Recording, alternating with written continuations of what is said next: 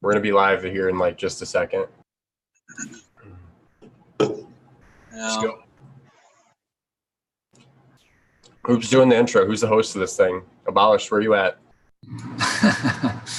We are live. Welcome to this edition of the Michigan Bros Grow Show. Today's panel, we have Sequence and myself, as well as returning guests Spartan Grown, Old Man Hermit Hash, Abolished Farms, and soon to be Eagle Gardens. Welcome, fellas. What's going on?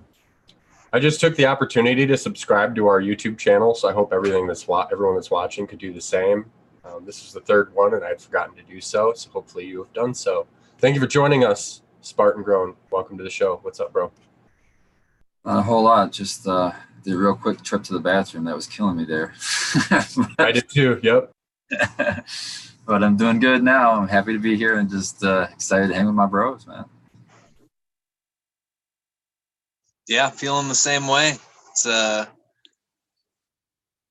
been a long weekend, and I'm ready to get actually back to work tomorrow for some reason. Sounds weird, but kind of get back to my routine and keep working, you know? I just want to say I'm already out of the garlic cane. Is that what it's called? It's already gone. So the glowing review. No, I'm savoring, each bit of the blue cough, and the CB Diesel is amazing. I've been rocking the Spartan Glue this evening. It's all amazing, man. I was talking to those guys earlier about just the quality, man. It's really top notch, really impressive. Well, thank you for that. I appreciate that. Spartan was bragging up the quality of your hash earlier, so I think you guys made an even trade on that deal. Nice. Got Bad Bunny Experience watching here. Abolished, what's up, man? Introduce yourself. Shout out your show. Shout out your new show. What you doing, man? Pretty much lately, just two things, man. Like I said, putting out content for the show and defoliating. Every tent is a damn jungle right now. I cannot keep it. It don't matter how many leaves and how many branches I take out. They've always got more for me. But yeah, this week we got the Queens of Cannabis episode releasing. It'll be Wednesday at 9 on my YouTube, talking everything women in cannabis. It's an all women's panel other than me. But yeah, I hope to see everyone there in the live chat. Yeah, man. I never saw you prove your gender, just saying. We can do that tonight and get our show banned. I'll let everyone else know what the results are.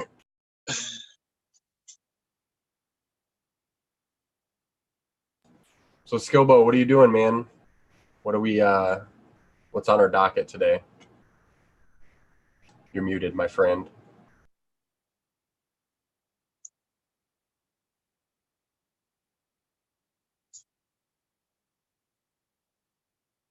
That mute boss difficulties. Man, well, we're jumping around platforms here. We're kind of hopscotching around, but this is where the episode finds us tonight. So I just want to say welcome, everybody. I really appreciate you taking the time. And we wanted to sort of work along the lines with that Growing with My Fellow Growers live stream that preceded this one. Shout out to Shane and the crew over there. They had talked about specifically how to deal with the high heat in summer. So we had kicked it, in a DM and said, well, maybe we should be more proactive and we should be focusing on what we're going to be doing in the upcoming months when this heat breaks. So things that we're able to experiment, things that we want to do specifically during the wintertime, changes that can be made in your garden. And so we figured we would just throw that out there, and then we're just going to kick it and see where the hell it goes. I know one thing that I do in the wintertime, besides running my lights at night, I think you do that all year, is putting a radiant heater in my grow room. You don't want to use an infrared heater because it actually emits red light, but a radiant heater works really well for maintaining temperature in your grow space.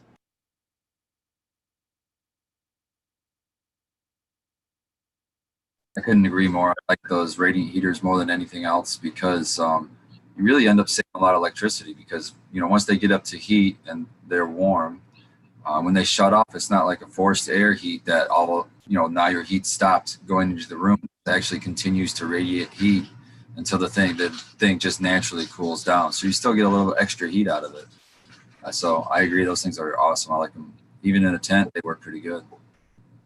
I would add to that you talking about tents and smaller spaces and keeping them heated, something you can look at, which also saves energy, would be to look into a fan speed controller, because you really don't need to exchange that much air to keep it cool in there. So by playing around with your fan speed, you'll be able to better regulate your temperature of your grow space.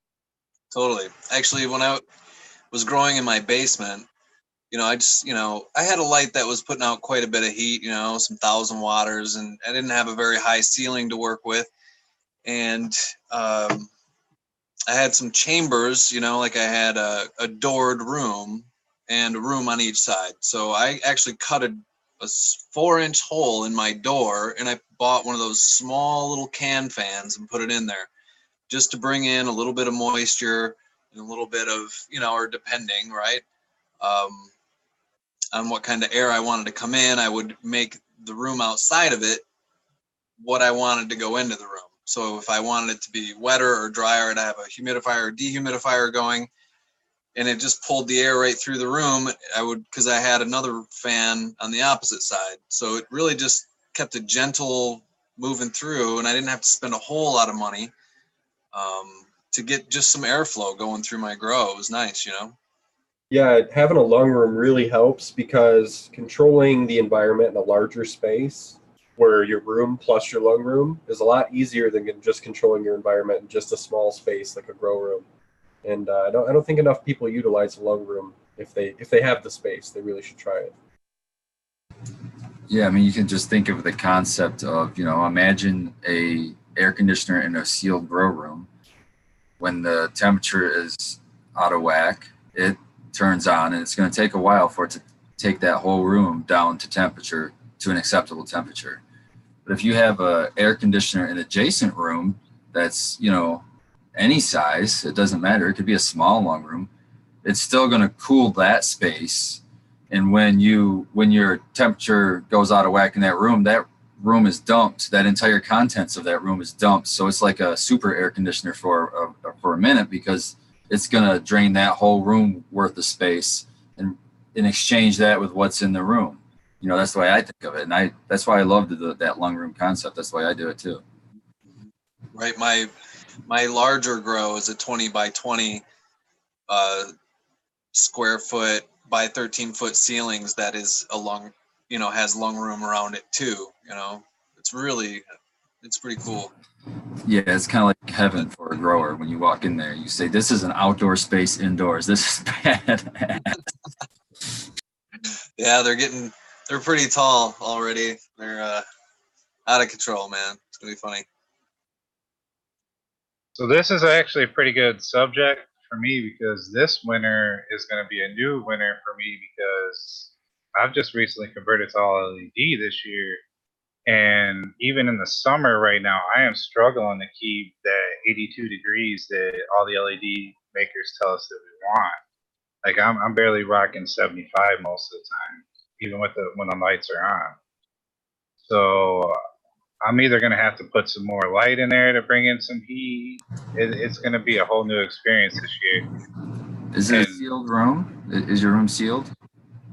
No, I use a lung room. There's 4 different tents that all exhaust into the same lung room. And then I condition the lung room. I would. It may be cheaper just to insulate the lung room, the outer room, insulate the hell out of that. I mean, I'm talking foam every crack and throw insulation on the walls, and that might be a hell of a lot cheaper than trying to push multiple air conditioner units or multiple heaters. Heaters are just hella expensive on electricity, man. Mm-hmm. Yeah. We use heaters, but oh my god, they're it's like might as well put another 1,000 watt in there. Might as well. I mean, shit, at least you get some light out of it. Oh, my shop heater runs at 5,000. It's wired at 240 and everything. It's crazy, but it's cold in Michigan. You know what I mean? And in the middle, there's times in the winter especially in my space outdoors where I have to have that much power going, you know, at certain times. So It's definitely making me kind of salty because this is supposed to like save me money, and it seems like I've done nothing but spend more money to deal with more environmental issues and controls and whatnot since I've switched. Like I used to basically 10 months out of the year when I ran HPS here in Michigan doing open airflow, it kept the room at like ideal grow conditions. You very rarely went too hot or too cold. It was beautiful. And now that I've switched, I've really had to break out the science work again. The first crucial step to troubleshooting this abolished is doing a dab with me here on the show, and then we'll be able to sort this out and really get to the root cause of these problems. So what I would think is that, okay, I would cut down the ventilation of the tents, and that doesn't help with the.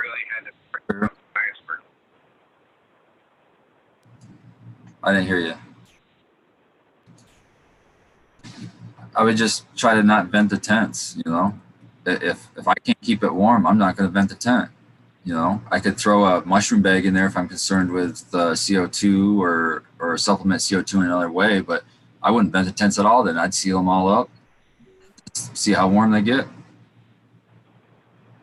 Yeah, that's worth trying because I don't have a temperature control on my exhaust. I literally just exhaust the air 24/7. Well, I'm telling you, you can go. I found it at the grocery store, at least the one that I go to, and I wish I could tell you the exact name of it, but I'll take a picture of it later maybe. But literally, it's just a little plug that you plug into a plug, and then you plug your device into that, and it's just you set it for the temperature you want. So, for example, I have it hooked to my exhaust fan, and I have it set at 85 degrees. So when the room gets up to 85, then it turns the fan on automatically. But if it drops back down below, the fan kicks off. Right. And it's an environmental controller, right? Yeah, it's just a little environmental controller. It's really expensive. I think maybe $20 or less. I bought one. I can't remember who made it, but it's kind of all the same setup. It turns on. Basically, it has 4 plugs in it. And one would be your air conditioner, one would be your heater, one would be your dehumidifier, and one would be your humidifier. And then it has like a dongle that goes out and hangs in your room, and it takes your, you know, temperature and your humidity, and then it will turn on at whatever dialed in strength you have it when it's supposed to. I haven't got all the systems up enough to really run it yet, but I do use it for curing. Actually, I run a whole room and I make sure that that's in there to make sure I've got the perfect humidity. But yeah, those are the like the hot rods of what I'm talking about. So yeah, I think I paid $120 for it at Grow Green, you know. But, yeah, and that's the thing. They're not that expensive for what they do and can help. I use Inkbirds in both of my grow rooms, and that's really amazing stuff. Both the ones I have are around $30 and work both ways. So like if it gets too cold, the heat will turn on. If it gets too hot, the AC will turn on. So my rooms are like perfectly controlled. Right. I mean, that's what I've discovered over, you know, my earlier couple grows was really just managing the environment, you know, like, because there's a lot to it depending on what's going on outside. You know, in the winter it was really dry, so I had to like make sure I had humidity going in my basement. And then in the summer it was way too humid, and I had to figure out how to manage the heat and the humidity because I didn't want it. You know, I'm not trying to overkill them, but yeah, I've known people growing in the wintertime and they're like, man, why are my plants so slow? And you look at their humidifier thing right there and it says 25% or 14%. And you're like, well, bro, it's not the Sahara down here. I can't tell you how many towels I've had hanging in a room just soaked with water, man. You know, managing it like that. I did it for an entire grow. Just, you know, money tight sometimes. You just got to do that. Yeah. Stuff, but it works. I do struggle sometimes in the wintertime, especially to add humidity. It's like you have to put humidity, the thing you think you would never have to do. You're sitting in humidity to the room. Yeah. Especially because I usually, I mean, I like using double-ended HPS lights just because of the, they cast huge. I can grow pretty much my entire basement room with one light. It's crazy. It's a little hot. That's the issue, but its path, it just casts such a broad light that I like them. Shit, I love it when you go 75% for your humidity and get 78 degrees for your bedroom, man. That's like, ooh, for me, those are money points.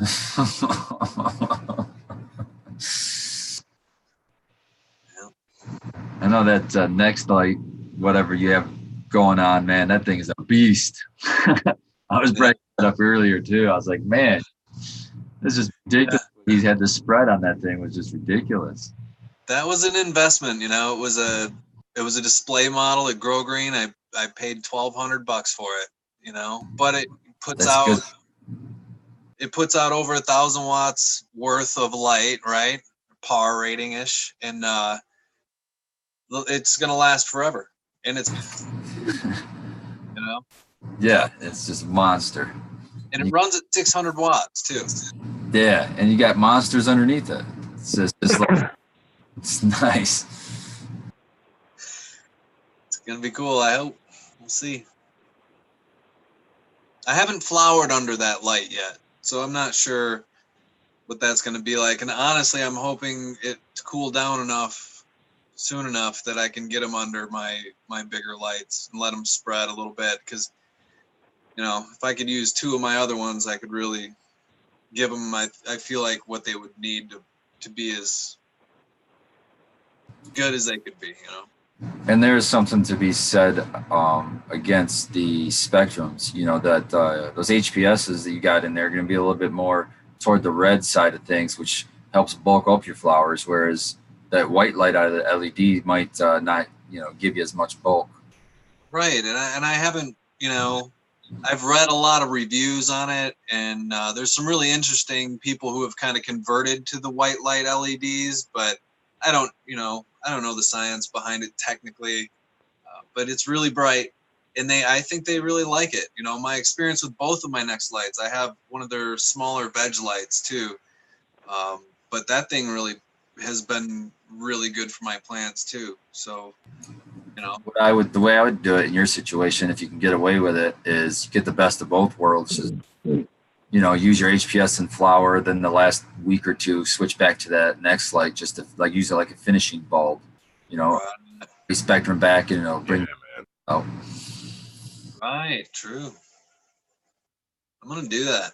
That's a good idea. People used to do that with metal halides too, remember?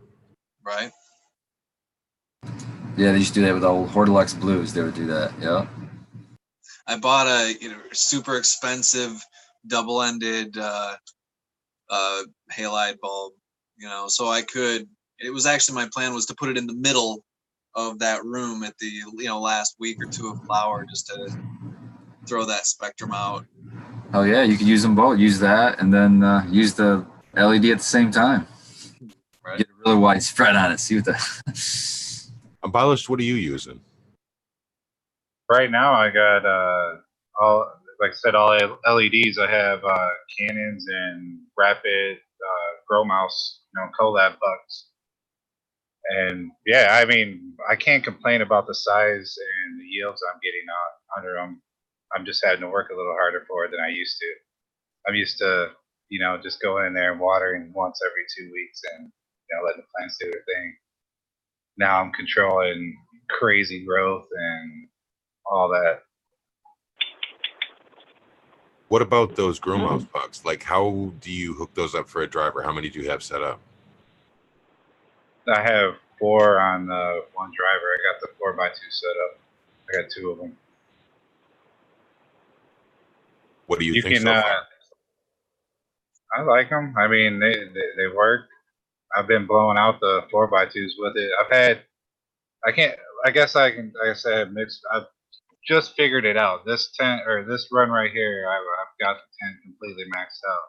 I've had runs where the plant stayed super short and stacked buds, big old fat ones like that. The Fire and Flames it was like somewhere at least 3 ounces per like little stem, and they were only a foot and a half long buds. They just stacked and stacked and stacked. And then I've had other, like what I'm doing now, where it's just blowing it out. It just took me time to figure out how to use them, and now that I got it, I like them.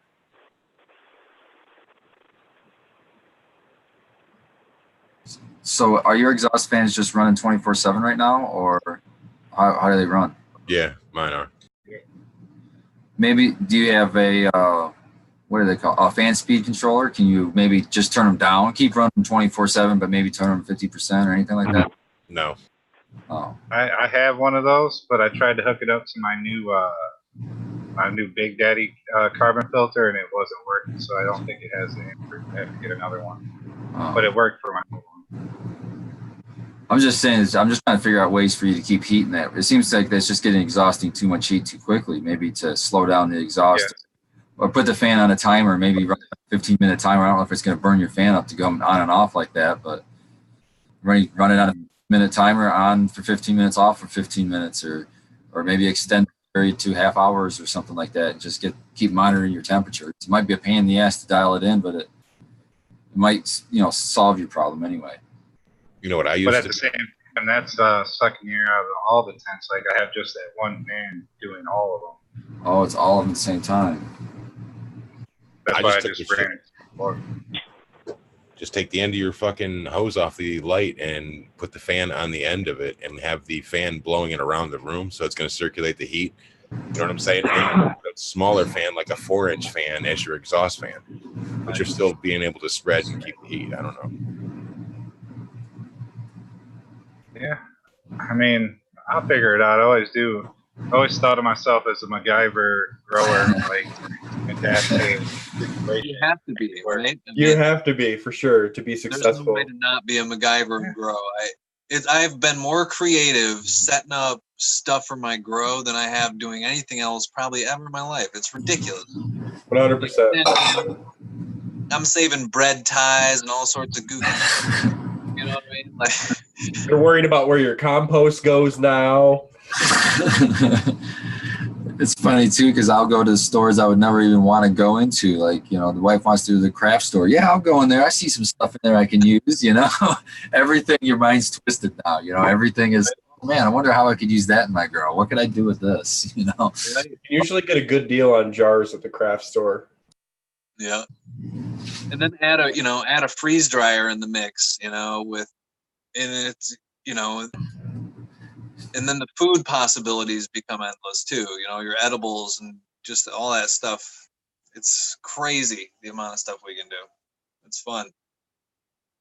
Too much. I heard about your edibles that you make in your freeze dryer again. You're putting in.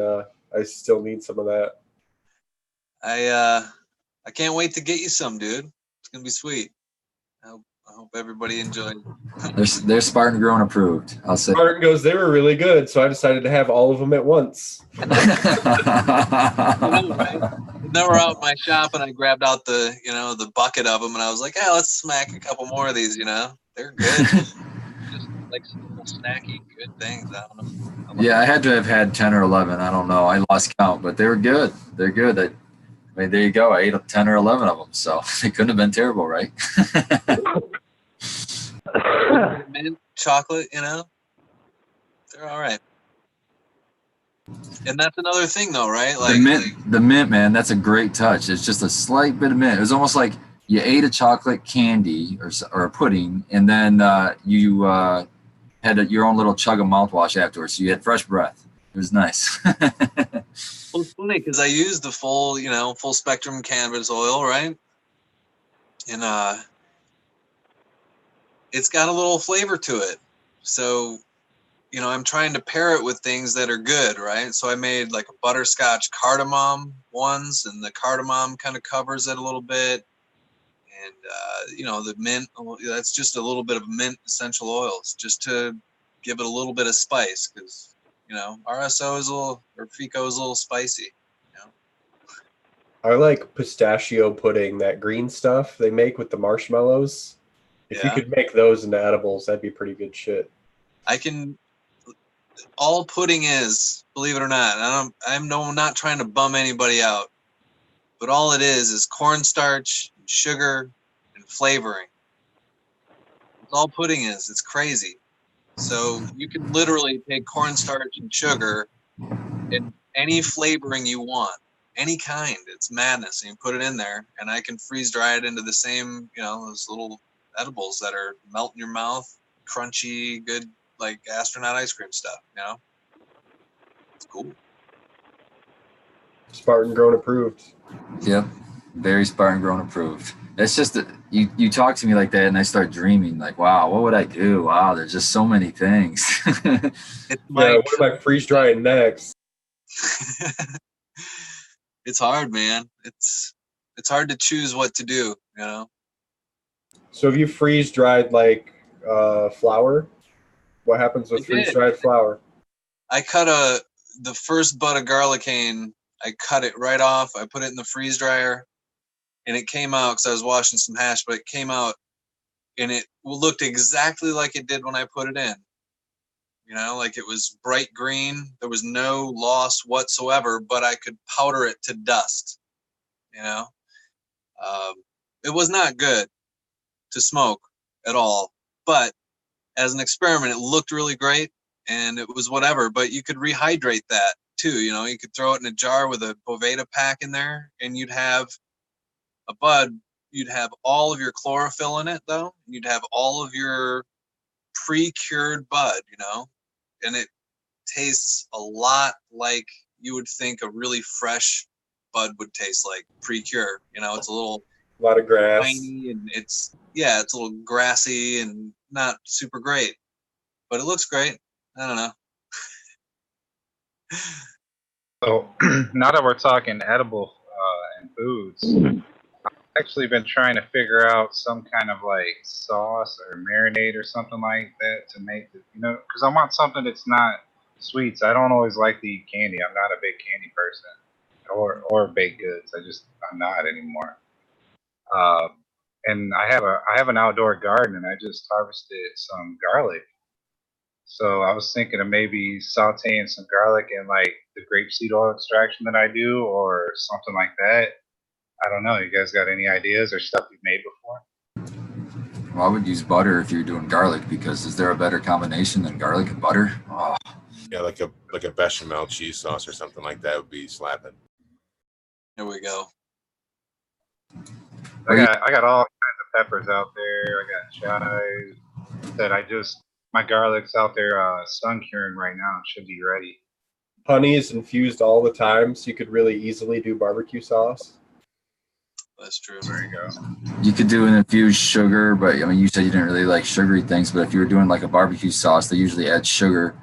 Or if you wanted to do like a Kool-Aid or something, you can do with sugar by just making a tincture, then soaking the sugar with the tincture, and then slowly baking off the alcohol, and then everything's left in the sugar. You mix that up, and then you can use that as an infused sugar. So any recipe that takes sugar, boom, you can use that. Or then for fats, you can like you said, you can use grapeseed oil for. I heard that's really good for topicals. You can use fats like coconut oil. That's a really good one for edibles, or for like doing brownies. Just substitute it 1 for 1 for the oil you would in a brownie with the coconut oil, the infused coconut oil. Or you can do butter, and that you can throw in a lot of different recipes. So this gives you a lot of options. Yeah, just about anything will carry the THC into it, so you have a lot of edible options. You don't necessarily have to go with sweets.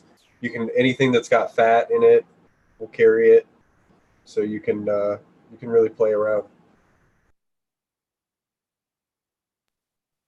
Yeah, infuse that salsa at the end of the year. That's gonna be good.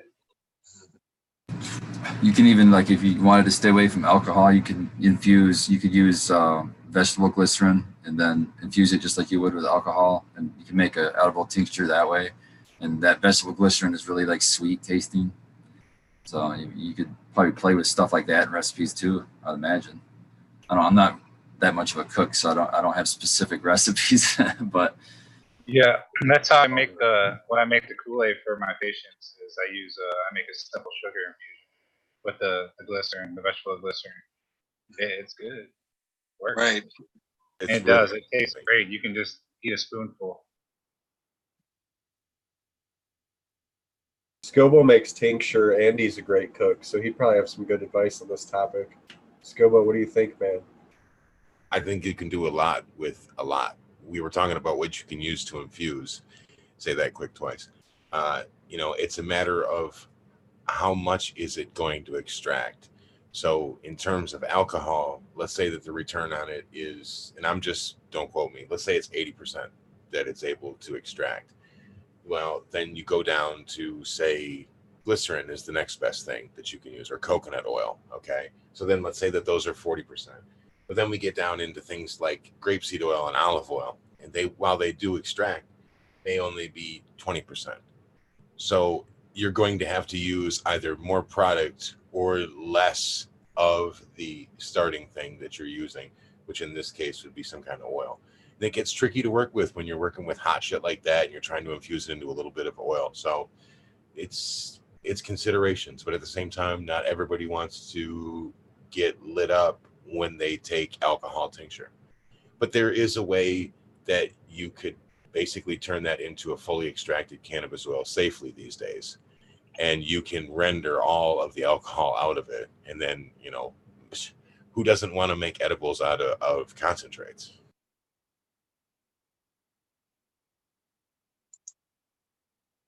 I think it's the best way to make edibles. You have a measured dose that you have in a certain quantity. You can kind of roughly guess how many is in each piece. I think that it's the best way. Hell of a lot cleaner. Who likes running a crock pot full of damn trim and bud and then draining it out afterwards?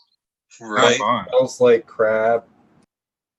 Well, that's one of the benefits to washing hash too, is there's definitely, there's food grade hash, that's not good for pressing. It's not necessarily good for, it would be fine to throw in joints or whatnot, but I'd much rather just decarb it and throw it into, whatever I'm making, solventless. It's good. So there's lots of that available in making hash too. So. Yeah, something that's nice and simple is a good idea because you can apply it to a lot of things like honey or butter. You can use that in so many different ways that, it's kind of unlimited on what your possibilities are versus making something really specific and then you have that one specific use for your edible. Yeah, and each edible, I think it's still important that it's very important to at least get a test done on some of your stuff when you're first doing your experiments and making edibles at home, because you need to know kind of where you're at before you actually consume it, because you could be in for a wild ride or you could be in for nothing. But if you get a lab test, you know exactly what you're working with. How many milligrams of THC am I, ingesting here? A lab test. Yeah. Right. A lab test for edibles is pretty expensive, and I know I'm not going to die, so YOLO. Let's go in for 2 of those. I think it's $30 or something, $30 or $40 at Side Labs for a lab. I thought the edible ones were more.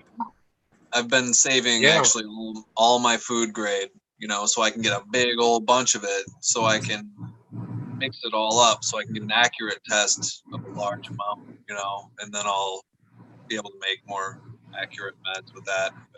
Yeah, it's a good way to do it. It's just important because if you're a seasoned edible user, you kind of know where your tolerance level is. You can kind of say, yeah, X amount of milligrams is usually what it gets me to where I want to be. And that's kind of a powerful thing because for one, you're not wasting meds by pushing yourself over and not really enjoying yourself, or B, you're not, dosing yourself too low, but then having to second guess yourself on how much more should I eat to get to where I want to go. It just gets more and more complicated. If you get one lab test, you write down a recipe, you follow that recipe, you get one of those portions tested, it costs you $40, and then you know exactly what it is, and for all of the rest of them that they're at this level, and it just could save so much hassle. I think it's totally worth it. And if you follow that same recipe after that, you could make multiple batch after batch after batch and get similar results. I'm not saying test every single thing that you make, but I'm saying that when you're trying a new, like we're saying, you can apply these recipes to anything. But when you're trying something new, I still think it's important to at least test it.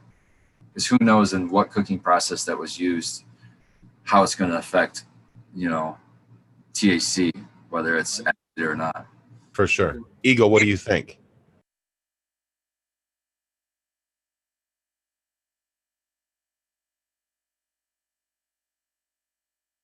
What's up, Eagle? I think you're on mute, but I see you there. How are you doing, my friend? Eagles Pretty good. on Can mute. you hear me? There he is. Yeah, we can hear you. Hello? Hello? You're good, brother. What's up, man? Must have a little bit of delay. Yeah, there is a bit of a delay on the audio for sure. I'm doing pretty good. I'm just glad to be here, part of the show, listening in on your guys' knowledge. I've been in here for a minute, just trying to figure this Zoom out. Well, you sound good now. Yeah, it's good.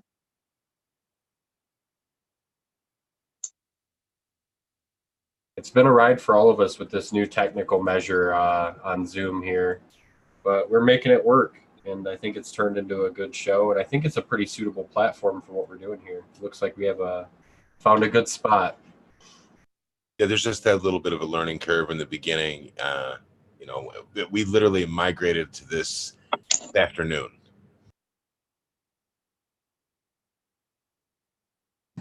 It's I actually was really, hoping to be a little bit up before the next show.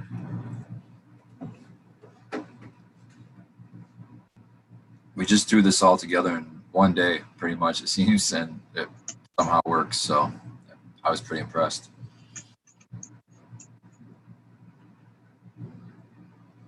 Hey, man, if it's what it takes to get the job done and allow us to get on here and kick it and type less to each other, I'm all for it. All right, it's taken us a while to get something to a generic show filler like this, but what is everyone smoking right now? We've got 1, 2, 3, 4 guys smoking right now. So what's everybody smoking? Greenhouse Seeds, the church. This was the tall phenotype that I had, and it tastes like lemon rubber. I really dig it, man, even though it's an older strain. Lemon rubber, okay. I am savoring a small joint of this Blue Cough that Spartan gave me the other day. It's like just savoring this thing, man. It's incredible. I can't even say it. It's nuts. Sounds like he's saying you grow better than he does, Spartan. Well, smoked some of his hermit hash, and I'm eating now, so that's where I'm at. I think you have the stone munchies too with your face right now, bro. He's giggling about it though, so he's in a good place. Spartan Galero Does a good job. Eagle's smoking over there. Eagle, what are you smoking on, my friend?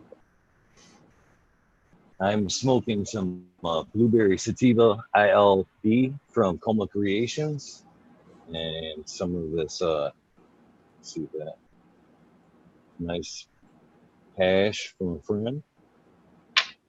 Both good. Both good. Enjoying them a little. What are you smoking on over there, Sequence? I have some of my Skywalker OG here in a cone I just rolled up. It's pretty good, I think. Let's transition real quick into what everyone's doing in their grow room, since we're moving this into more of a weekly show. Maybe we can do weekly updates on our rooms, since everything will transition pretty quick, so why not? I'm at around day 33, so my plants are swelling really fast. And I got some really pretty stuff. I took pictures of my plants with the lights off today, and I'll post those on my Instagram after this show. Skilbo, what do you got going in your room? I just popped some seeds today from Green Tree Souvenirs. I popped the Wonka cake, and I also popped the Silver Squirrel Farms. It's called Keweenaw Red. That's a cross between Keweenaw Copper and Panama Red. I also have some of the other stuff that's still working its way through veg, and that would be what is in there right now. I have that Skittles GMO. I have Queen White Haze by Candy Queen Genetics. I have Keweenaw Copper F2 by Silver Squirrel. I have the Moby Dick from Kyle Gardner. Shout out to him again. Thank you for that. And in flower, I have a litany of things. The church, I have tag-alongs, I have blueberry muffins. I know you're speaking right now, but look at Abolish's video right here.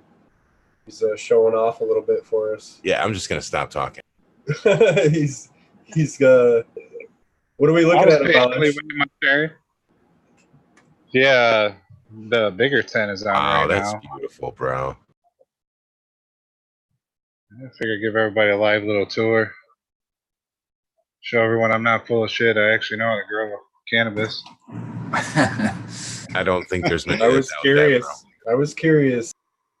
No, I smoked your Abolished OG. That was some quality cannabis. Your plants look very, very good. bro. Love that Yeah, green, man. Jack, what do you think That's about all these old- leaves in that grow room? What the hell's going on in there? It's too much, man. Oh, you said you defoliate like every day, right? Yeah, check this out. Let me bring it down a little bit. Yeah, I've been clearing it out as much as I can. I got to get back in there in the back corner tonight. Got some dead stuff in there. The scissors are still ready. Look at those shaved legs. hmm That's the Abolished LG. She's I want to say day 50 or something like that right now. Beautiful plants, my friend. Chunky monkey. Yeah, got the Bad Bunny plant there in the back. Then up front is the fish shit tester. If you've been following me on Instagram. Yeah, those always, they seem to do really, really well, man. Both That's of the those. one where you didn't like the smell of the fish shit, so you dumped the whole bottle in at once, right? Yeah, I guess that's a new technique, guys. Yeah, That's, That's that's called, you don't want to smell it every week. Just use it all at once. It did great.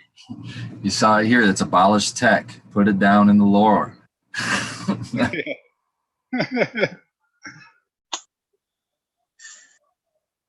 I'm gonna try it. I have one of those sample bottles, so I'm gonna try dumping a whole bottle in something, and I'll let you know how the Abolished tech works for me. You guys was talking about this stuff here? Yeah, I got. yeah, I've seen that before at the I like it.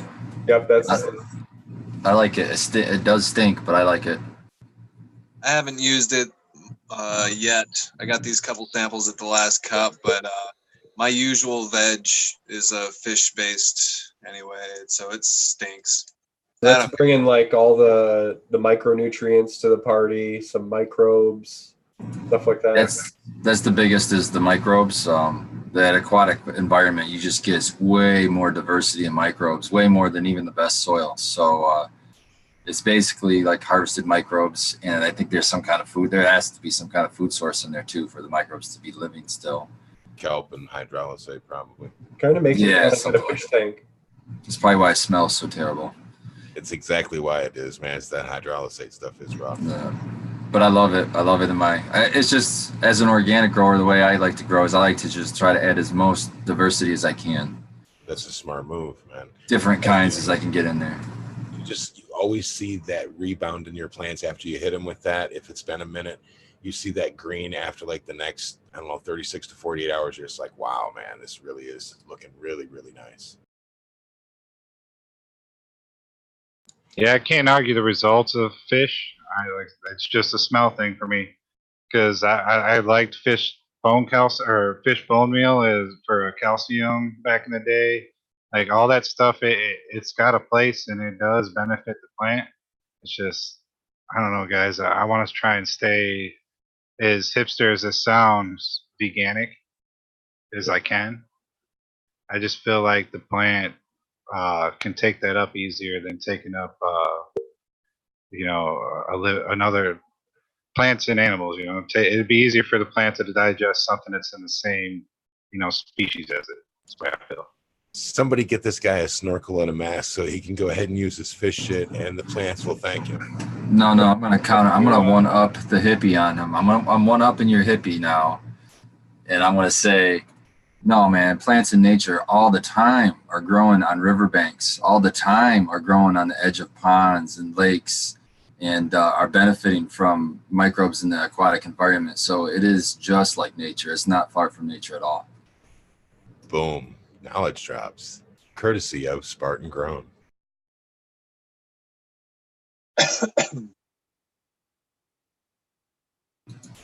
It's just and then you get the benefit of it. Just watch. I mean, if you give your plant something, you watch it just like it. How do you not give that to your plant? You know what I mean? Speaking on veganic abolished, I know that you're growing in a no-till way, but have you ever considered sweet leaf nutrients? They kind of pride themselves on being veganic. I know that's a bottle, but that aligns with your worldviews. So I was wondering if you ever looked into it. No, I didn't. It's been a few years since I've like really looked into any lines. But I mean, I'm not against them. There's a lot of good organic lines out there. I know Nectar for the Gods is good. I like Blue Planet Nutrients' Farmer's Pride line. That stuff was really, really clean, Nancy. But I'd love to hear more about it. Danny Danko from High Times is a big endorser of the Sweet Leaf Nutrient line. Yeah, I think Kyle Cushman had a line also. And, Yep. He used to, the Veganics one that he ran. That was about 5 years ago, right? Yeah. And then there's one called, is it BioBiz or something like that? Yeah, Yeah, BioBiz is organic. I'm not sure if it's veganic, but it is organic. Yeah. I think it's Yeah. the fish. It's actually what I use. The fish one that they Fish mix. recommend for veg. You just switch it with the other one if you're going veganic. I'm pretty sure, but it's all plant based or soy based. I mean, my plants have loved that stuff. It's been tough to dial it in properly because I overlove everything. So,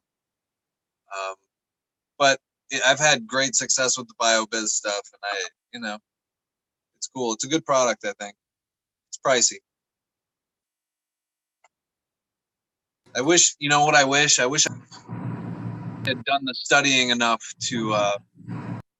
I wish I had done the studying enough to do the same thing as the BioBiz with just, the raw ingredients. Because it's really, I don't think it's as hard as I make it out to be. But You could ask Skilbo and Abolished. Those guys are trying to do that. They're amending their own soil with nutrients to do exactly that. Or you could go as deep as KNF practices, where you're actually like what he's saying. I was waiting for it, man. That's you're where actually, we're going. you're making, you're making ferments, or you're making teas that are coming from plants, and you're using plants to feed plants. That's kind of, if we had all the time in the world, wouldn't that be wonderful? right. But the cool thing about KNF is when you make that stuff, the ratios are so crazy. Like 1 to 1,000 or something like that. So the when you make a mason jar full of something, it could last you for years probably. Wow. So I mean, I could see when you put the initial effort in, it'd probably be totally worth it. And it could only get, especially the ferments, they're only going to get better and more broken down and more plant available the longer you store them. So Wow, I didn't know that at all. So you could store these for an extended period, not just the typical like maybe 3 to 6 months that I was thinking you'd be able to get. Well, as long as it's in the correct environment. You don't want to, like, I'm not saying sit them out in the sun, things like that. But so it's just like a fine wine. As it ferments, it's considered better as it ferments down more. And it's the same thing with a lot of those KNF inputs. And it's kind of cool if you could just, like, off your own property, grab the quickest showing weeds, for example, for a nitrogen boost. Or, they've got a lot of things that are rules, like you have to harvest early in the morning because then the dew is still on the leaves, and that's where all the microbes are because they need the water. And there's just so many nuances to it that it's just super interesting to get into. I just like learning about it. I haven't even done any of the practices yet, but something I might get into eventually just to play around with. I guess I should clear that up a little too. I don't necessarily want to be veganic. I want my plants to be more cannibalistic, I guess I should say. Like I want the nutrition to reestablish each time. You know, all the leaves that I take off, the sticks that I take out, the root ball that's left in there. I feel like all that should be plenty of nutrients for my plants, unless I want to give them just a little bit extra each time. And my hope is to only have to do minimal top dressing in the future and just let my plants feed themselves by not letting any of my extra go to waste. Make sure it all goes back to the soil. Ash water included. But Are you you just amending with the earthworm castings, or are you amending with teas, or how are you doing that between runs? I used to amend with down to earth, but recently I've ran out and I started to do the experiment where I reached out and I met like Bad Bunny. But yeah, I'm just trying to do a simple top dress, you know, at least once every other run now. Yeah, that's what you have to remember, though, is that you're still taking away because you're still harvesting bud from this. So there's still a loss from the plant that has to be replaced to the soil. So, you know, I know people have 7, 8-year-old beds that they run continuously, but they're amending it with something because you don't have a closed loop there because, you know, we're consuming something out of this product. We're taking something away. So the nutrients that are still locked up there, we have to replace. So to speak on what that, I would say that you also, I take all my larvae buds because I don't process any of that shit since it's just me. I throw that right back into the bed. And I know people think like, oh my God, I can't believe he does that. But it's like, you know what? I'm not going to waste the time trimming it. It's going to be way too much time trimming it. I'm not fucking with it. I've got more tincture than I need to have any more right now. So I just put that back into the bed thinking that whatever the plant's pulling out of it, maybe these little larvae guys can go to war for me and put it back into the bed too. Or that's the hope. We'll see. Yeah, and if you in your soil like worms and stuff, they're gonna, you know, be helping all that stuff break down and get it back to plant available even quicker. I've bought 2 of the packs of worms, and I also use a really good worm casting that not only I use when I mix the soil, but I also come through halfway in flower, or, you know, typically every 4 weeks since I run a perpetual, and I just go ahead and do everybody at the base and call it good because I shake everything off of the plants and just literally pull out the root ball. So all that stuff stays in there. Now, what about, I guess this is a little bit, I mean, I've studied on it a little bit, but it's a little above my plant science pay grade. But doesn't the leaves themselves, the plant itself, pull stuff from the atmosphere and store it? Nitrogen. So wouldn't I be replenishing? That's the thing, is like I want to try and see how little I can go, you know. The worms are doing the heavy lifting for you in that instance. You're just feeding the worms with it. So, and then you got to think about the bugs and the ecosystem down there, stuff down off. That's more nutrients getting in there. Yeah, but the plant's not taking anything in that it's using other than CO2. It can't take the nitrogen out of the air because it's not in the same form that the plant can take in. There's some plants like, you know, your nitrogen fixers, you know, like clovers and legumes, you know, beans, things like that. They can, through their root system, it's actually kind of cool. It's through a bacterial, like symbiotic relationship to their roots or whatever, but they can pull nitrogen out of the air and fix that into the soil in a plant available source. So, or when you take that cover crop down and just keep it in your soil, when that breaks down, if you take it down when it's still green, when that decomposes, that's going to be another nitrogen source. And it's going to be a plant available nitrogen source. But yeah, as far as taking things in through the air itself, I think the only thing the plant's taking in is, you know, CO2. You know, it'll take oxygen and carbon, you know, and it goes both ways in and out. But I don't think the nitrogen is in an available form for them to actually utilize at that point. It's going to have to go through the soil some way. Yeah, clover fixing nitrogen. You have like white clover, red clover, and then you can also use like winter rye as well.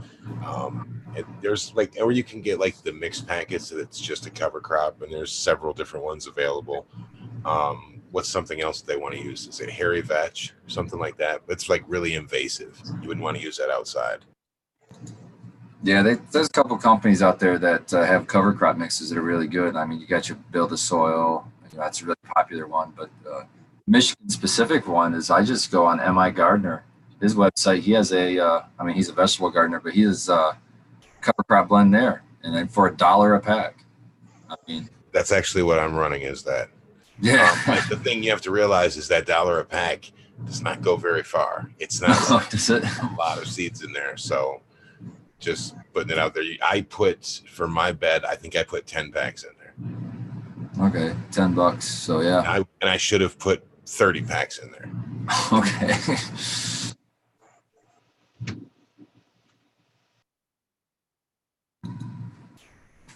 Yeah, but there's got to be some way to put. You're going to have to always, I think, amend with something, even if it's just a compost tea, or if you're adding worm castings, or if you're adding worm food. If you're running worms in your beds, you're still adding something at that point. But I think you're never going to get to the point to where it'd be really a closed loop. Right. Sure. I Always don't like to say nothing's possible, but I think if you're wanting to take something away as a harvest, you're going to have to put something back. Is all I'm saying. I think. Even if it's just something so simple as grow kashi. Yeah. Say, and that's what I seen back like when I was running my 7 gallons for a long time, my 5 gallons for a long time. The longer you went without putting stuff in, or the less you put in, you slowly seen your yields kind of decrease. Like if you go and look on my Instagram and watch it when I was actually doing the frugal growing series, my plant size did slowly start to decrease when I left when I was doing the hybrid approach, where I had the no-till environment and I was using Nectar for the Gods. My plants were huge; they were hitting the top of the tent. And with the frugal, trying to keep minimalist, and it kept on going down and down and down. And but my quality was really, really high the less I used too at the same time. But yeah, that was my experience with it. Was that like a linear thing? Like you saw as it aged, the quality kept going up, but the yields went down. It was kind of like they were tied together on a slider. Yeah, that's interesting. I kind of thought that myself. Like, the real strains that come through that are super popular are usually the ones that don't yield worth a damn. But the quality, it seems like it's that slider. There's not a whole lot of them out there that have everything. So you're always sacrificing something to get something else. I think that's why it's important to not get focused in on even one cannabinoid. Like everybody's, goes to a dispensary and wants to see the highest THC number. Well, the higher you climb on THC, the lower the numbers your percentage for terpenes are going to be, which means that's all the flavor. And if the real medicine, I think, is as full plant medicine as you can get. So you kind of want, I think, a better mix of all of the cannabinoids and terpenes together rather than specializing in just one. I agree, especially from the grower's perspective. Why do you need the strongest thing when you can just have another one? When you have your own self-supply, it's a little bit easier to be choosy and choose for terpenes. I love that sentiment. Sometimes, you get the fun for me is always popping that new bean. It's just like trading cards. You got the new pack, and sometimes you stumble across something real special. Like I found that blue cough. Yeah, the pheno you've never seen before. Yeah, and the blue cough, I'm gonna have that in my garden hopefully forever. And it's just, you get this rare terpene that's just you just love and works for you. And shout out to 2020 Mendocino in chat there, and showing us all this love. And I'm happy to see him come and join us all the time. But he might be a great guest to talk about this kind of thing, especially breeding. I discussed things like this with him yesterday on the phone, and I really like what they're talking about, man. So it's definitely something that we're looking into. We want to have him on. A little sneak peek.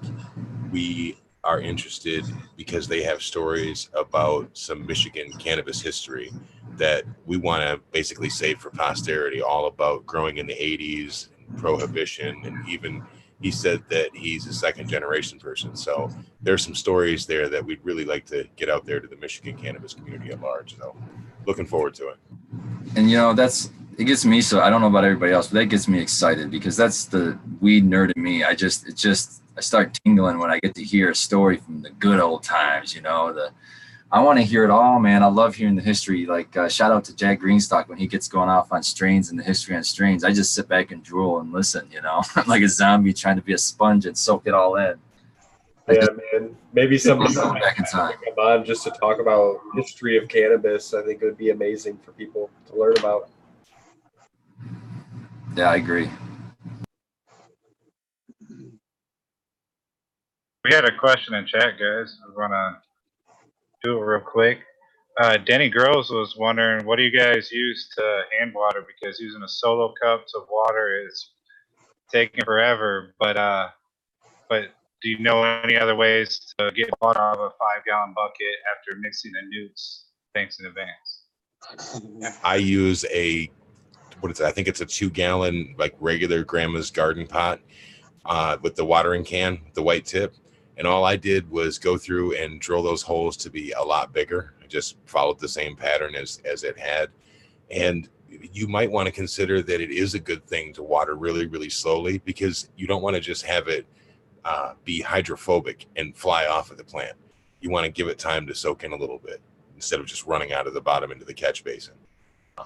So that's just my way. Yeah, we've got a bunch of suggestions in chat, including using pump sprayers, watering wands. Let's see. For Jack me- used a 2-gallon watering can and then put them into half-gallon watering cans. For me, it kind of depends on the size of the plants, right? Like in my shop, there's been times I'm watering out 35, 40 gallons at a time. So like, I'm not trying to fill up a thing over and over. So I got what is it called? A dewatering pump. And it just has a hose on it and it pumps it out, right through the hose, right to my plants. It's pretty sweet. And I can drop it in anything and it pumps it through.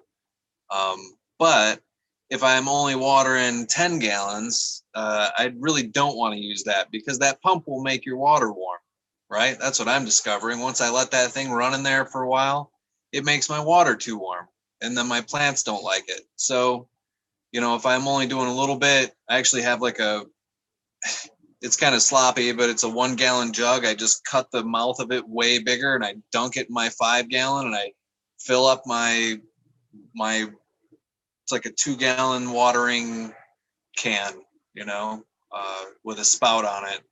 And I water all my stuff like that, and it can be quite a few plants, but and all my stuff's in 10-galloners right now too. So it can take some time, but I think simulating a slower rain-like thing, I mean, that's what the soil needs, is for it to be hydrated in a way that allows it to soak it up instead of it running through like had been discussed earlier. So. Eagle suggests to run your pump on intervals to save heat. He said 15-minute intervals, but yeah, I'm sure that any interval would probably help. Where do you get these good timers that you can do these short increments from? I think the ones with tabs can have a lot of set points on them, but they're more prone. Mechanical tab timers are 15-minute intervals, I think, and then they go to cycle timers, and those things are expensive as all get out. But I think that's what I had seen was a cycle timer. I was like, oof, man, those are pretty steep. Yeah, I think you can go down to like every minute if you wanted to. You could do 1-minute intervals or whatever, but they're super expensive. But if you really, really only could clone that way and you had no luck any other way, then that is one option out there for you. Yeah. Yeah, and I water pretty much what, like the second way that Hermit Man was saying there was I take my 5-gallon bucket if I was mixing in that and I dump that into a smaller size bucket. Like I have a pitcher here that can hold a gallon, and then I have a 2-gallon watering can. And so depending on what I'm watering, I just put whatever dose that plant is getting into the 2-gallon watering pan, whatever's easier for me, dumping into that pitcher or dumping right straight into the watering can, just depending on how much water I'm working with. And then just water the plant that way to the top. I do think that it is very important on how you water, because the slower you water, the more that the medium has a chance to absorb that water. So Probably the absolute best way to water, to not overwater, I guess, would be to go through a pump sprayer. That's something that's going to give you a real fine mist and really spread it out and take forever if you have that much time. But because then when you do get runoff, it's going to be completely saturated because you're watering at such a slow rate that it can absorb more of that water as it passes through. But if I just take a pitcher, a whole gallon of water in a pitcher and just dump it like this on top of the plant, you're going to get 2-3 times as much runoff. It's just going to run straight through, and it won't even have time to absorb that water. So now, there's a good chance here for us to segue over to Abolish to tell us about soap nuts and what they do for that. Yes. Yeah, it's a saponin, so it will spread that water out, make it easier to absorb. It'll stick to those things a lot better. It's where you want to go. Any kind of saponin is good for you guys, but I preach about soap nuts. Dude, I love them, but I'll tell you, you have to really be careful if you're bubbling them because those will foam like crazy. So I said like 1 or 2 goes a long way. I use Pretty one. sure. Yeah, Canna Queen has a pretty big water resin. I think she only puts 1 or 2 in it. But now if you leave them in there to soak, it's nice because you get like that really, really brown. Like you can see that it's really, really gone into the water overnight. So it's working either way. Yeah, we need to get I need to get some kind of scientist out there to team up with me. We need to get some real results out here to people because, like I said, I've been using this stuff for years. It's an IPM, and you water it, it's good for your plants. It works. Now you add that to a foliar spray as an IPM is what you're saying? Yeah, every any kind of foliar that I've used in the past, I've added it to. It would act just like if you were adding like a Castile soap or something like that. I'm just using it as the saponin part of it for that. but what's this I'm hearing Canna Queen in chat talking about they stink? What's that about? They do. Get used to it. Yeah, I keep them enclosed in my sprayer, so I don't really have to smell them. And then any other time, yeah. Brew compost teas, it just stinks, man. It's not like it's not like a manure stink. It's just a very organic, strong smell. You know, like when you bust the door open, you're like, oh yeah. But yeah, any other saponin, unless you live in a climate where you got aloe vera around all the time, you're not going to have a cheaper option than these soap nuts for like the volume that you can wet. So it's working just like yucca would then. It does the same. Yeah. That's cool. Yep. Both are saponins, yeah. But the thing is that it's so cheap for a bag of these soap nuts, and it's going to last you for years. Even if you do high volume water and shit, I mean, because they're reusable. Just because you've soaked it doesn't mean you have to get rid of it. You can literally pull it out, put it on a paper towel, and dry it off and throw it in the next time too. Yep, just get a little makeshift like tea bag, filter bag type of deal, and just keep them in there. Keep reusing it. It makes them last a lot longer. Dude, I got a pro tip this week. I went on to Amazon and I bought a set of like 7 bags for their like laundry bags with the zippers on them. And then there's one that you would use for like bras or things like that. So I put the soap nuts and my tea in there, and then I dropped an air stone inside of it and zipped the bag shut and hung it off the side of the 10-gallon Vortex brewer. Man, it was nice.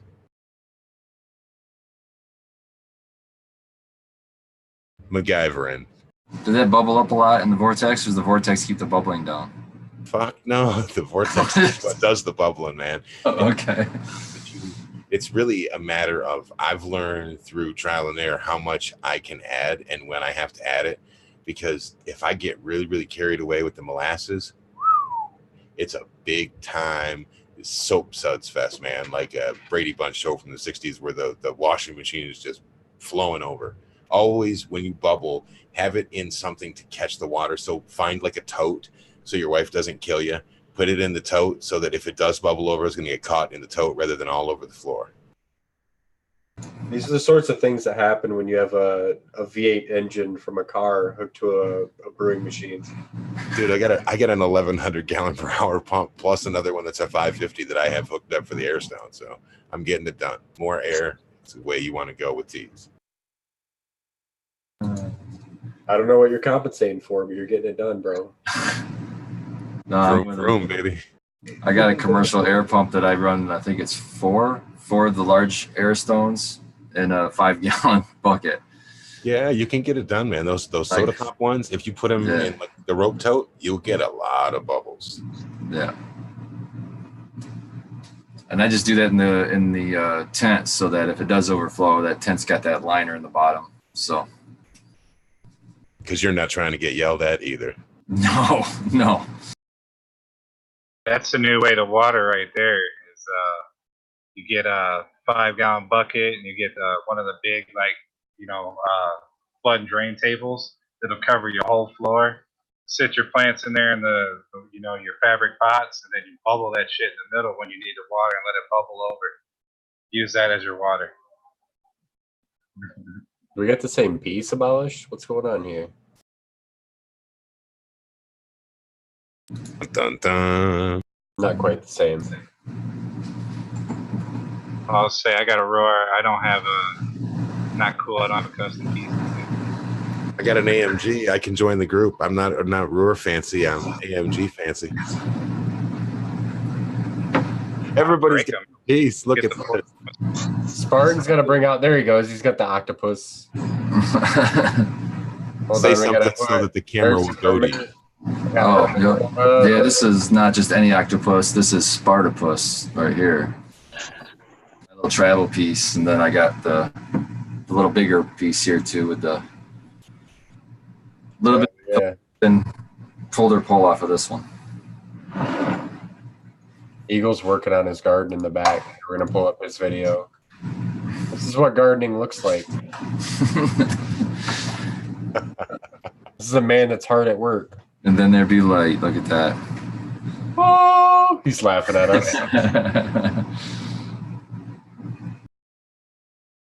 The work never stops when you're a farmer. That's for sure. Oh. Everyone knows.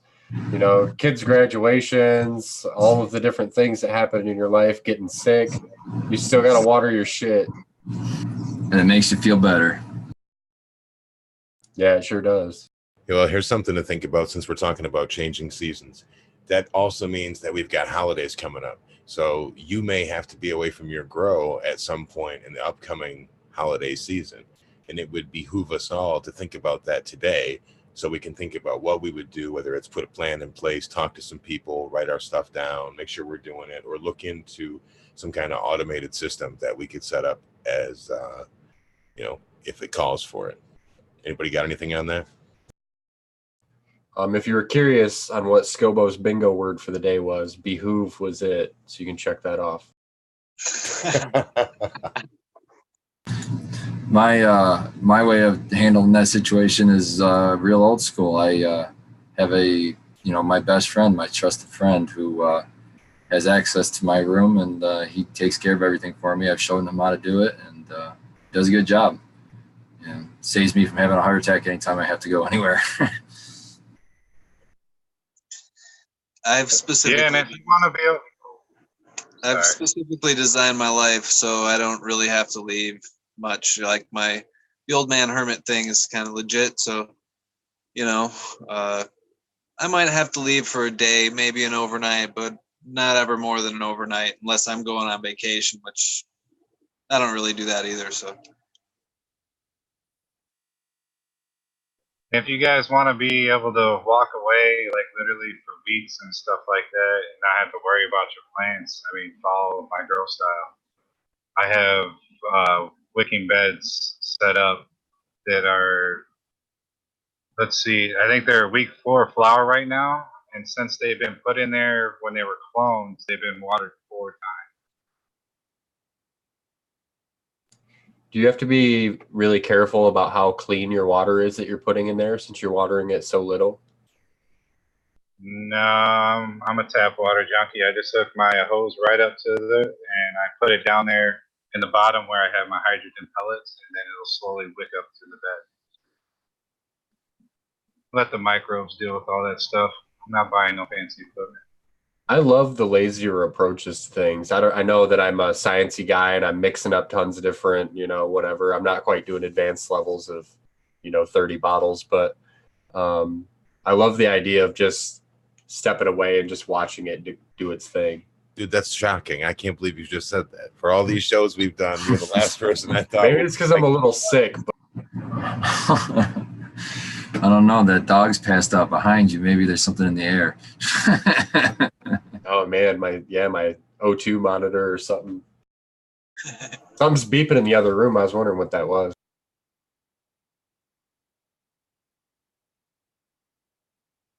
Eagle, what do you think? He's commenting. He said he has to water his shit. That's still cracking me up, Bigfoot. How many times I've said that shit, man? I was cracking up when you said it, man. Yeah, exactly. I'm tired of this shit. Let's stay have fun, but I gotta water my shit. Are we going to get to see it like we did last time? You're going to take us through that little quick tour? Yeah, you want to show us really quick? It's looking a little rough right now, but I guess. You don't It's have like we're asking him for nudes or something. Well, he's got tons of ink he'd show you. But yeah, for sure. I'm getting more Thursday. You can see this. We got a little bit going on here. Dude, who does your ink anyway? Dark Horse Tattoo up in Holt. Pat does a great job. A little bit of Primal Punch there. With a Challenger D right there. Challenger D right there. Nice. Beard, our skunk back there. And over here we've got let's see that from Mr. Tights, Lemon Lava Drop. And back That's there tasty stuff. that is some Nerd OG over here in the Active Belly. We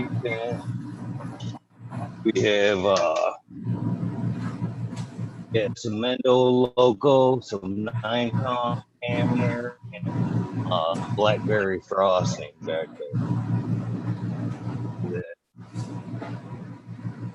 So that's what's going on. What's lit up right now? I just shut these.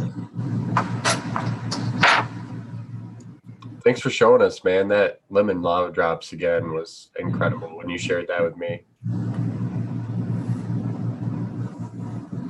I have some fire for everybody at the cup. Anybody that's looking to hook up, willing to smoke down.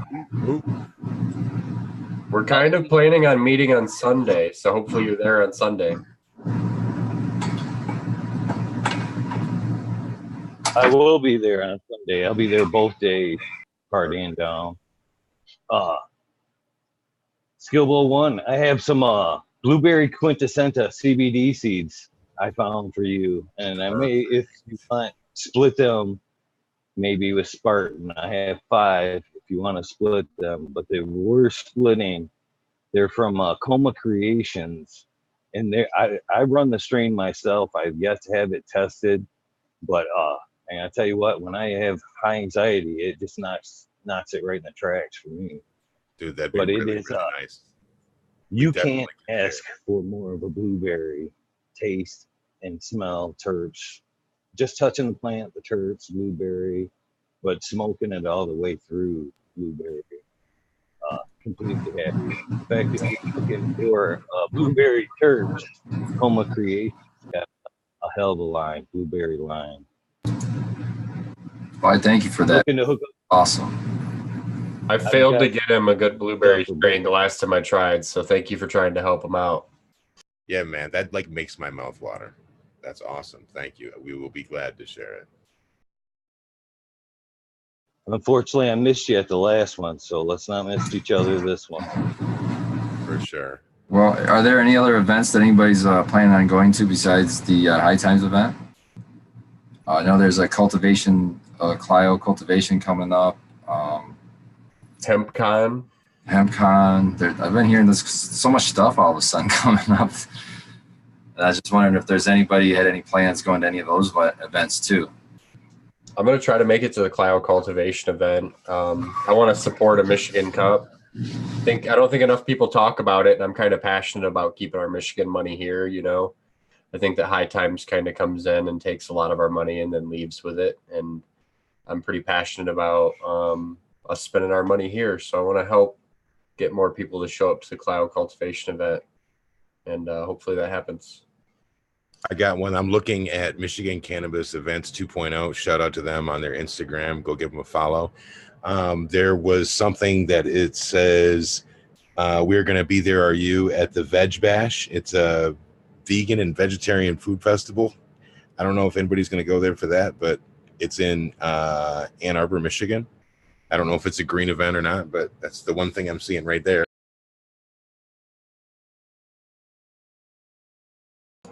Yeah, we definitely want to support all the local events. It's just a lot of work tracking down which all of the events there are.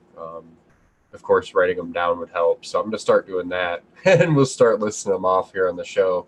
I think it'll be valuable for listeners to know what events are happening and what are coming up. Well, and just to touch on that High Times Cannabis Cup, that's going to be August 17th and 18th at the Russell Industrial Center. And remember, Wu-Tang Clan is going to be there. It's 21 and over. So you can go learn more at cannabiscup.com.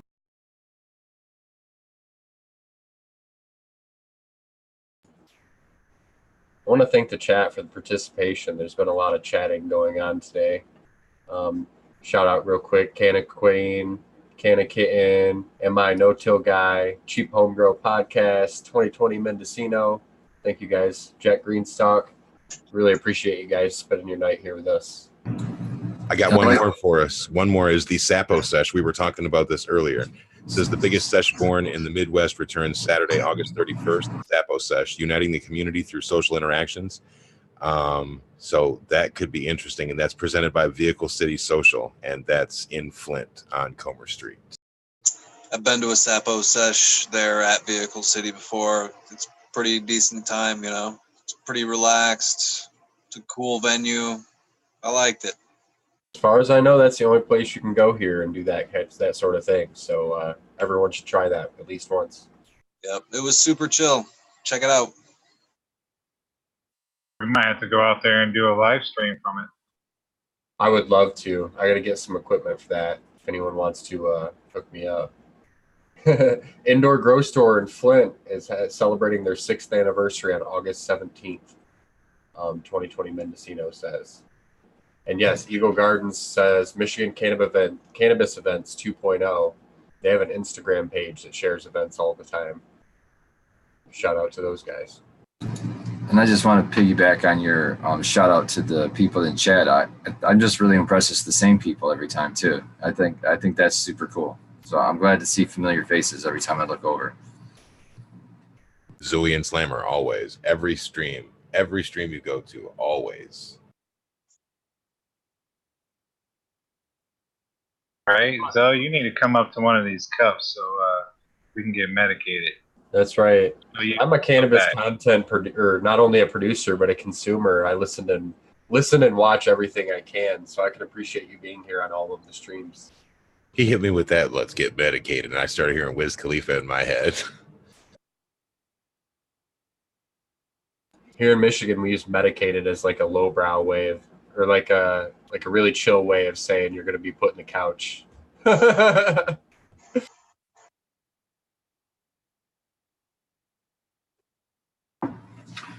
Well, thanks to Hermit Hash for my sufficient high today. Appreciate your hash, man. Appreciate you, bud.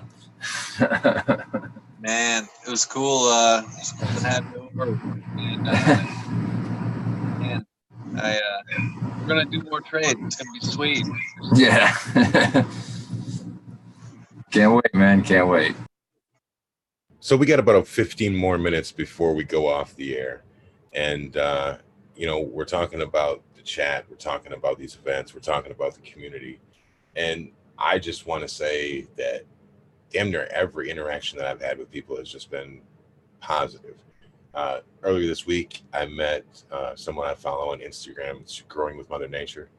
I got to meet her and her family. Super, super nice. And she is the one that I first seen the Grassroots fabric breads from. So shout out to her. Like I said, go give her a follow. Then Mendocino, talking with Adam and them. It's just all the time. If you keep putting this good things out here, it keeps coming back to us. This community shows support for each other. And all of you in the chat, man, we really do mean it when we say we appreciate you. And if you're listening on the podcast, that's even cooler because I don't even know where you're at, but I think it's rad, and I hope you have a garden going.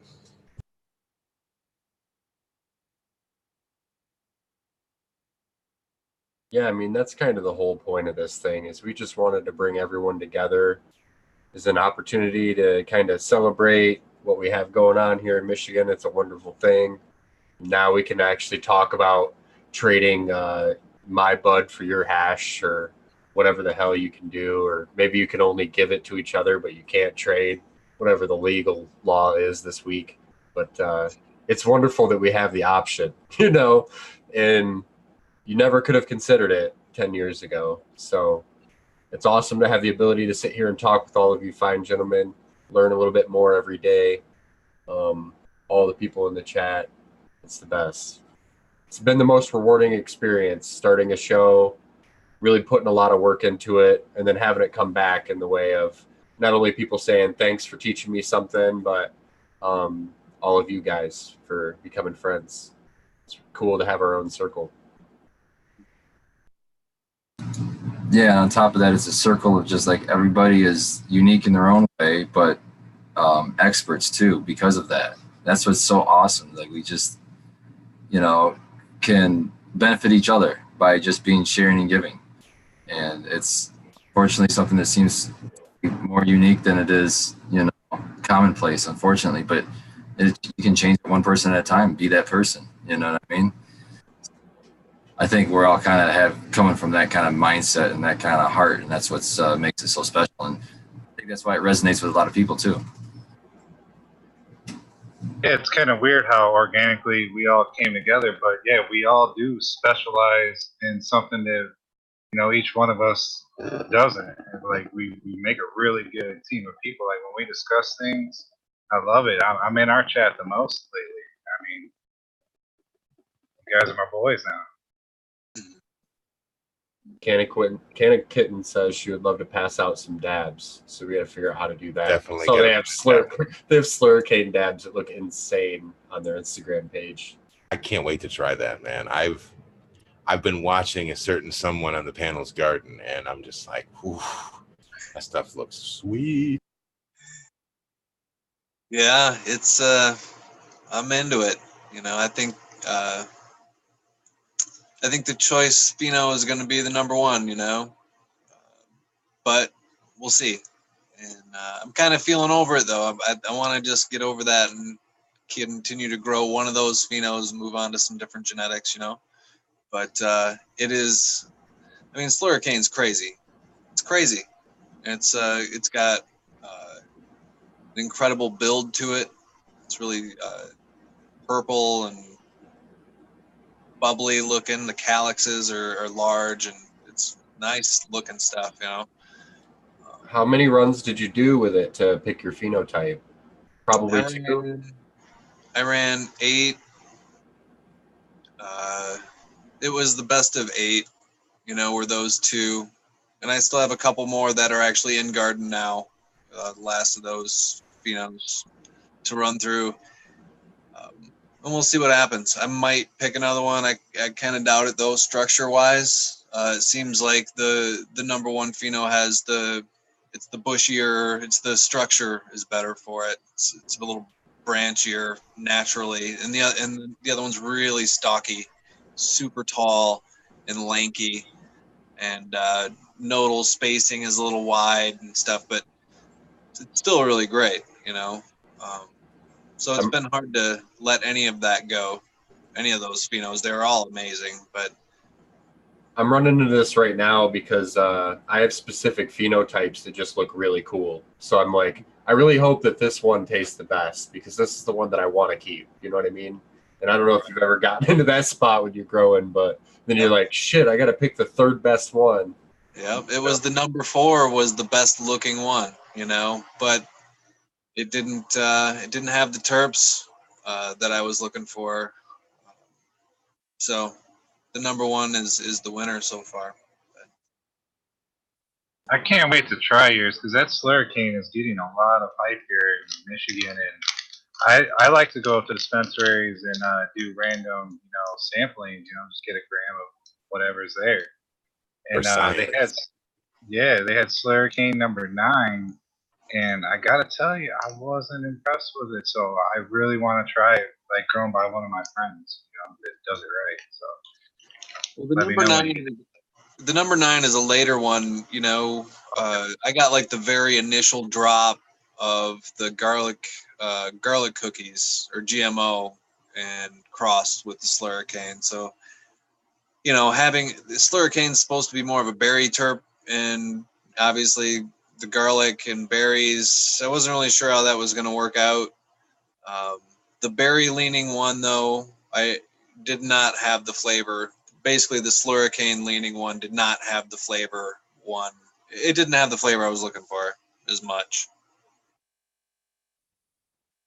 I think that they said that their rosin is really garlicky out of theirs. They must have gotten a more GMO leaning terpene.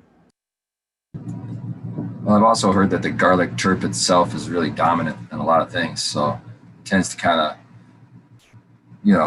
overshadow anything else. If there's any garlic in it, it kind of comes up more than anything else. I will say Music to that my ears, I love that. yeah, it's always been my favorite concentrate so far. It's really, really good. Shout out to Dabsmith for making the best GMO that I have had, and that came from Kyle Gardner.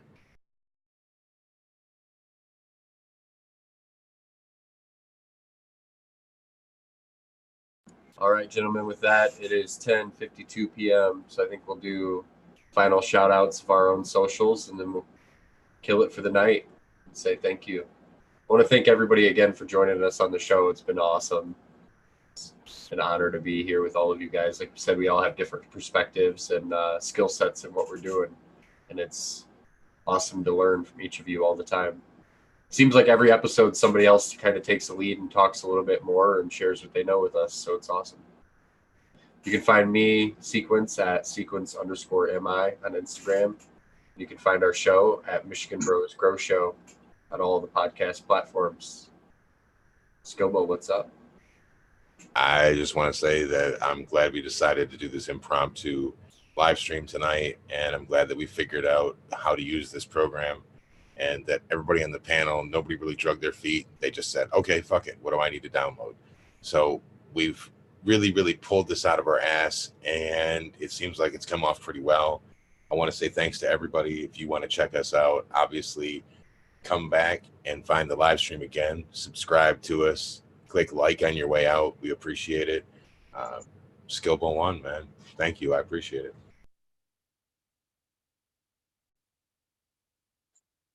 Yeah, I just want to, being a part of this group has been super, super, super cool. I love you guys.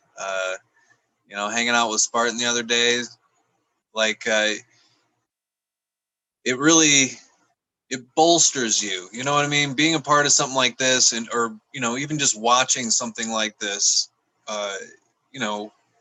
it's a really cool thing to do, and it helps me to feel like I can continue on in a direction, because I'm kind of directionless sometimes, like I got a bunch of bottles, I got a bunch of nutrients, I'm trying a bunch of things, but what the fuck am I really doing? I don't necessarily know.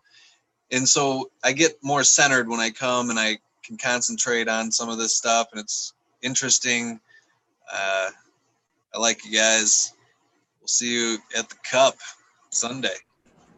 It's truly been awesome to be sort of the catalyst between you guys meeting and then hearing about you guys meeting from both perspectives separately and how awesome it was, and being like, damn, yeah, I helped with this community thing. Because that was the very first conversation Skilbo and I ever had, was that we needed to bring together all of these different niche, groups that we have in our hobby. And here we are, making friends every day. Spartan Grown. What's up, my friend? Oh, not not a lot. Just enjoying my night, man. Just hanging with my bros. I love it.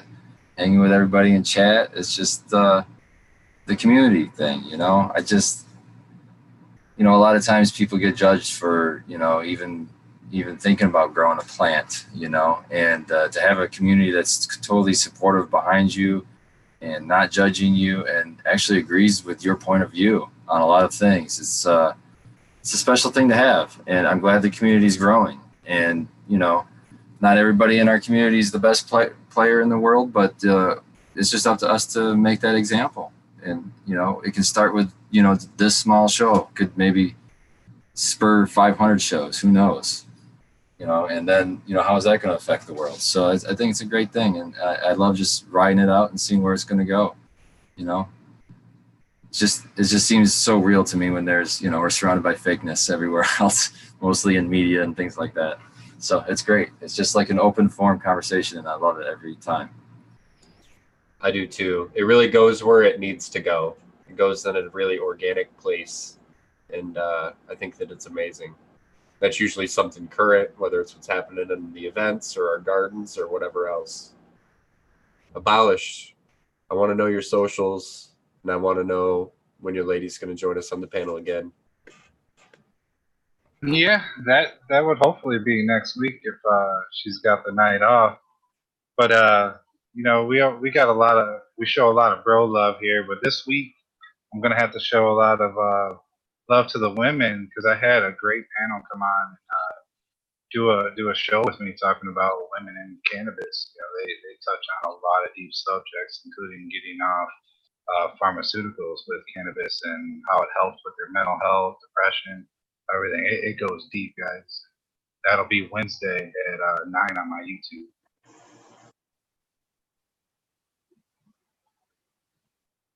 Thanks, man. I'm really looking forward to hearing it. As a father of daughters and a supporter of obviously equal rights, I would like to see more women get involved in growing. I heard I think it was on the Dude Grow show that they thought that maybe the reason why more men grow is because with the previous prohibition nature of cannabis, that men were more willing to take risks, and that was why more men grew than females grew. So I hope with legalization we see more females growing with us, because that would be good. Yeah, that specific risk was they would steal your kid away from you. The government would. So yeah. Being a mother and doing that would be really hard. Yeah. Yeah, we talk about all that too. I mean, it's crazy. They have to deal with completely different things than we do as growers and as business leaders in the industry. Yeah, it's awesome. I'm looking forward to it. I always look forward to that perspective. Well, it's a chance to also develop some empathy as well, too, because they do see things and they do deal with things that we as men have not. And, I'm glad that we're being able to shine the spotlight on them and give them the platform so that they have a voice that can be heard as well. And, Mrs. C, she's got a standing invitation to jump on here whenever she wants to. She doesn't have to sit in the shadows, bro. Yeah, speaking of Mrs. C, I've gotten so much feedback already on that episode that we're already deciding to do. It wouldn't be a weekly panel, but it's going to be a recurring panel, and Miss Cantaloupe and Canna Queen are going to take over hosting. And I'm just going to kind of sit in the background and help with editing, and maybe if we need to go a little deeper on a subject, I'll jump in. But I kind of want to take that shout out to Guru from the DGC, his approach before he started showing his face recently. Dude, that is awesome. Great, man. Yeah, hell yeah. I'm glad to hear that. Eagle, what's up, my friend? Would you be interested in shouting out your socials and telling us what you got going on? Well, first and foremost, I'd like to thank you guys for letting me show up late, fumble around, and be a fly on the wall while I soak up all your guys' great knowledge you guys are dropping. And I hope to run into you guys at the Cannabis Cup in Detroit. Instagram, Eagle Gardens 1. You can pretty much find me on any cannabis social media is Eagle Gardens. And yeah, hoping to run into you guys and maybe see you guys next weekend. Absolutely, man. And with that, like Skilbo likes to say, you've listened to another episode of the Michigan Bros Grow Show, and have a good night.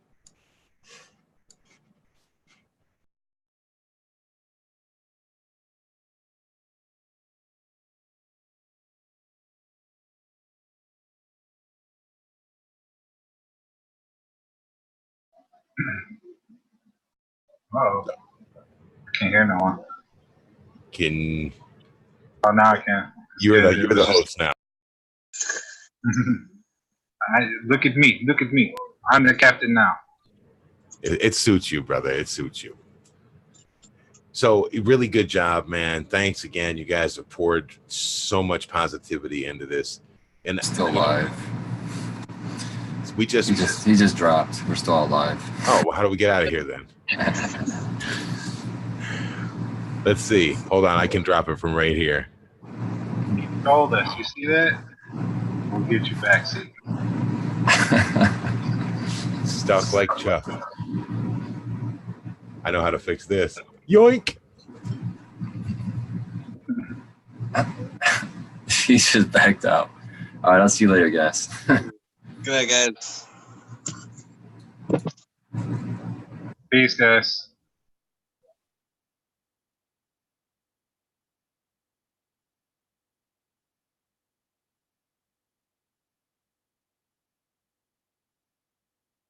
Oh boy. Let me make sure this thing is off. Shit.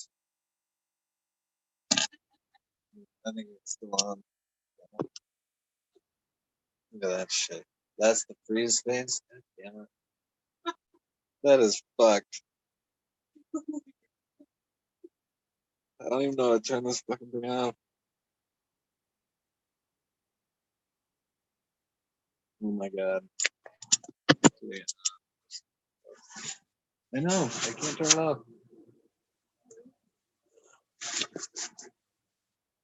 I don't know how to turn it off.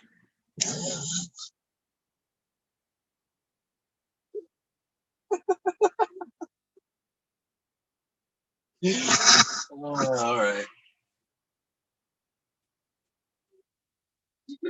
You're all laughing at me.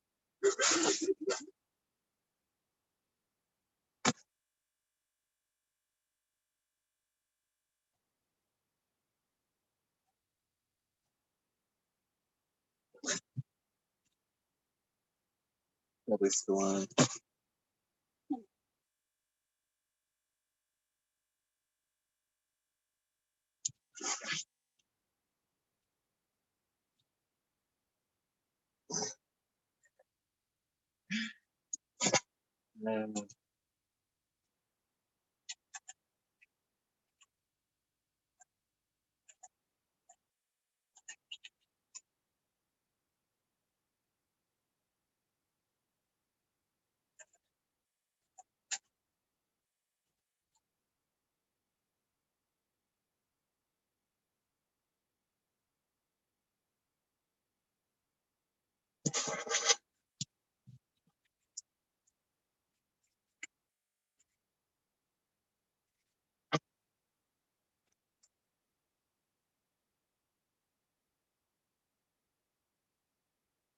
What's up, homie? Shit! I can't get this thing to turn off. Hey, bro. Have a good night. Much love. It's gonna work out.